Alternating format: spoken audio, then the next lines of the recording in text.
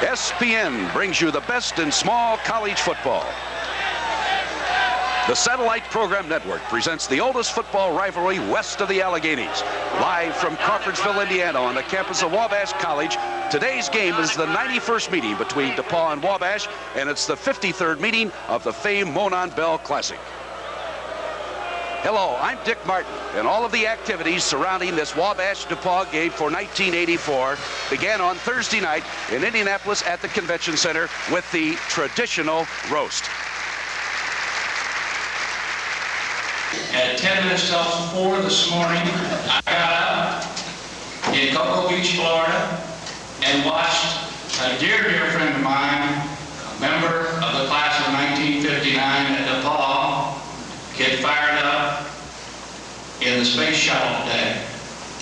Joe Allen, Beta, class of 1959, was on that ship. He is the mission specialist who on Monday morning will be the first person in the history of the world, I guess, to put on his space suit, to strap on his Buck Rogers jetpack, and will go out into wherever it is up there at 13,500 miles an hour and retrieve the satellite they screwed up in February. This will be placed in the president's restroom. Not only did we arrange for the satellite transmission on this Saturday, we also arranged for the NASA mission so that Joe would be in space at the same time. It shows some of the extent of our power, in case you didn't know. President Rosser, outstanding Coach Mourouzis, distinguished roaster and colleague from the great Indiana State University, Don Layden. Guy, it's really nice to be here, and the fellow DePauw men with the Walter Mondales of college football.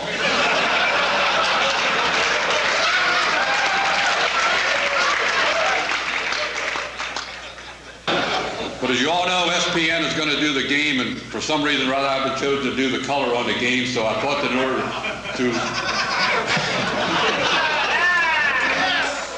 Well, there's a gentleman that you just saw, Tom Mont, who is joining us here today. He coached at DePauw for 18 years, and he's got a phenomenal record in this ball game. 13 victories, only 4 losses and a tie. Tom, nice to be with you. Great, and welcome, Dick, to really the super big leagues of football. This is going to be a great game, and you see all the hijinks that have been going on. I know you're looking forward to it as much as Chris and I are to help you out. Well, let me introduce my other color commentary. It's going to be Chris Denari, who is a letterman from Wabash. And Chris, welcome. Thank you, Dick. I haven't been around quite as long as Tom has been, but I've seen many a Monon Bell game, a great football game, and it's always good to have it here in Crawfordsville. Well, I tell you, we had some pre-recordings of the coaches of this ball game. And first of all, we're going to look at the series. As you can see there, a real close one. 25-22, 5 ties. DePauw holding the 3-game advantage in this series for the Monon Bell. But overall, 91 games have been played. And there you see it, just about as even as you can have it. 41-41, and 8 of those have ended in ties.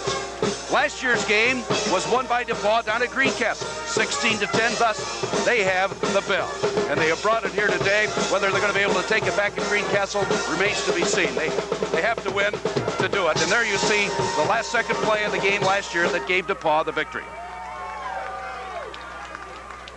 As we had mentioned, we had done some pre-recording of both coaches of this ball game between Wabash and DePauw, and right now we're going to go to those coaches. The Monon Bell game is really something special.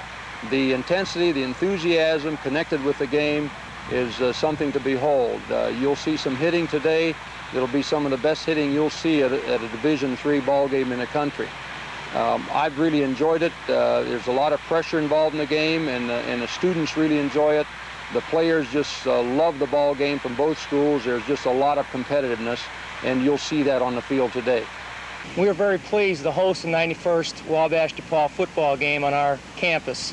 And this game means a lot to our football players, our students at Wabash, the faculty, administration. This gives everyone the bragging rights for one full year to talk about the best small college football team, to recapture the bell. And we're very much looking forward to playing this afternoon's football game. Well, the captains of today's ball game, and first of all for DePauw, is Rich Bonacorsi, who is a senior from Elmwood Park, and the other captain is Andrew King, who hails from Converse, Indiana. And we did some pre-recording of them. After 4 years of playing football at DePauw, this is the greatest opportunity I'll have as a senior to play in the greatest rivalry in college football today. Even though we've lost a couple games this season, I feel that if we win this one game, we'll consider this season a successful one. In fact, we consider this one game a season in itself. I've played in 4 Monon Bell games now, and I feel that it's played with the intensity of a major bowl game. I anticipate another tough, hard-hitting, close football game today. Well, this is my 3rd Monon Bell Classic, and it's an exciting opportunity. The reason I enjoy it so much is because you hear so much about it. When we're being recruited, it's probably the best recruiting tool we have, and I think you appreciate it more when you become a senior and you've played in several games, and it's a fantastic opportunity. Everybody's here, and there's all kinds of tradition. Well, this is my 4th Monon Bell. This is my 4th Monon Bell Classic, and I too am excited to play in it. We expect a lot of fans, and it's our opportunity to show what our football team has. And this year we're sort of seeking revenge because we lost the bell last year, and we want that bell back. Well, there you saw the captains in today's battle, and of course there's been a lot of stories about this ball game. My gentleman on here on my extreme right, Chris Denari, I'm sure can talk about some of the Wabash tales of the Monon Bell. Some of the Wabash tales. Back in 1979, Wabash won. They were down in the closing seconds. Dave Broker, a fine quarterback, a freshman. Wabash came from behind and won.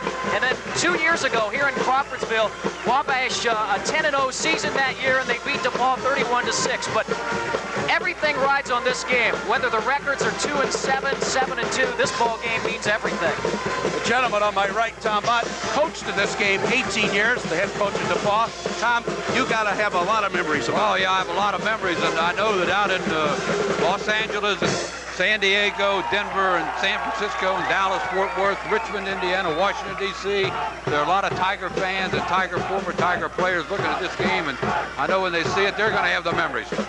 Well, there you see the overall series of the 5 teams that both of these teams played. Just a slight comparison. And the only really lopsided one has to do with Washington University. They're from St. Louis, Missouri. DePauw beat them 42-0. Wabash beat them 34-18. So that's really the only one that's really widespread, gentlemen. Very close. Ought to be a real close ball game here if it lives up to the tradition. If you want to talk about statistics, how about that Wally mascot Wabash. right there? Wally Yes. Wabash, that's Dan Reardon from Chicago, Illinois, and he's been in that costume for quite a bit. But if you want to talk, we don't like to talk a lot about statistics, but these ball clubs very even. Both like to do the same type of things.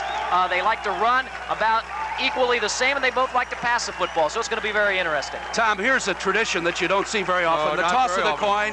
You've got 100 players on each squad that are now joined together out in the middle of the field. And it'll be a hard-fought battle, but after the game's over, why you'll see the same kind of camaraderie and good sportsmanship. Be your umpire. Mr. Yagodnik, your head linesman. Mr. James, your line judge. Mr. Goss, your back judge. All right, gentlemen, step in. All right, the coin is marked the head, tail. I'm going to flip, catch on my hand without turning it over. Who's going to call? Call it in the air. You said heads. What is it? Tail. You want the choice or you want to defer? You'll defend this goal. All right. That means that you will be receiving. Okay. All right, gentlemen, down here. Kicking off.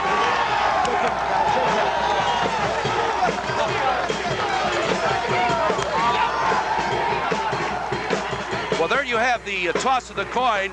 And Tom Mont, as a coach, let me ask you. The cost was won by Wabash. They've elected to kick off. Would you do that? Well, yes, I would have done that, but I think what happened, if you didn't notice before the game, but the Nicola was not out warming up, and neither was Chip Jordan. So I think the Wabash thought that they're going to start a freshman quarterback, but they're going to be surprised in a few minutes. You know, we had mentioned at the beginning that listening to both coaches yesterday and then here this morning, that they started talking about injuries that I'm sure didn't really exist, because those that said that they weren't even going to be able to play are out here in uniform today. It looks like they're going to be the miracle drugs do it. That's right. Dick, it's the Monon Bell game. Injuries go away mysteriously on the Saturday morning of the Monon Bell game.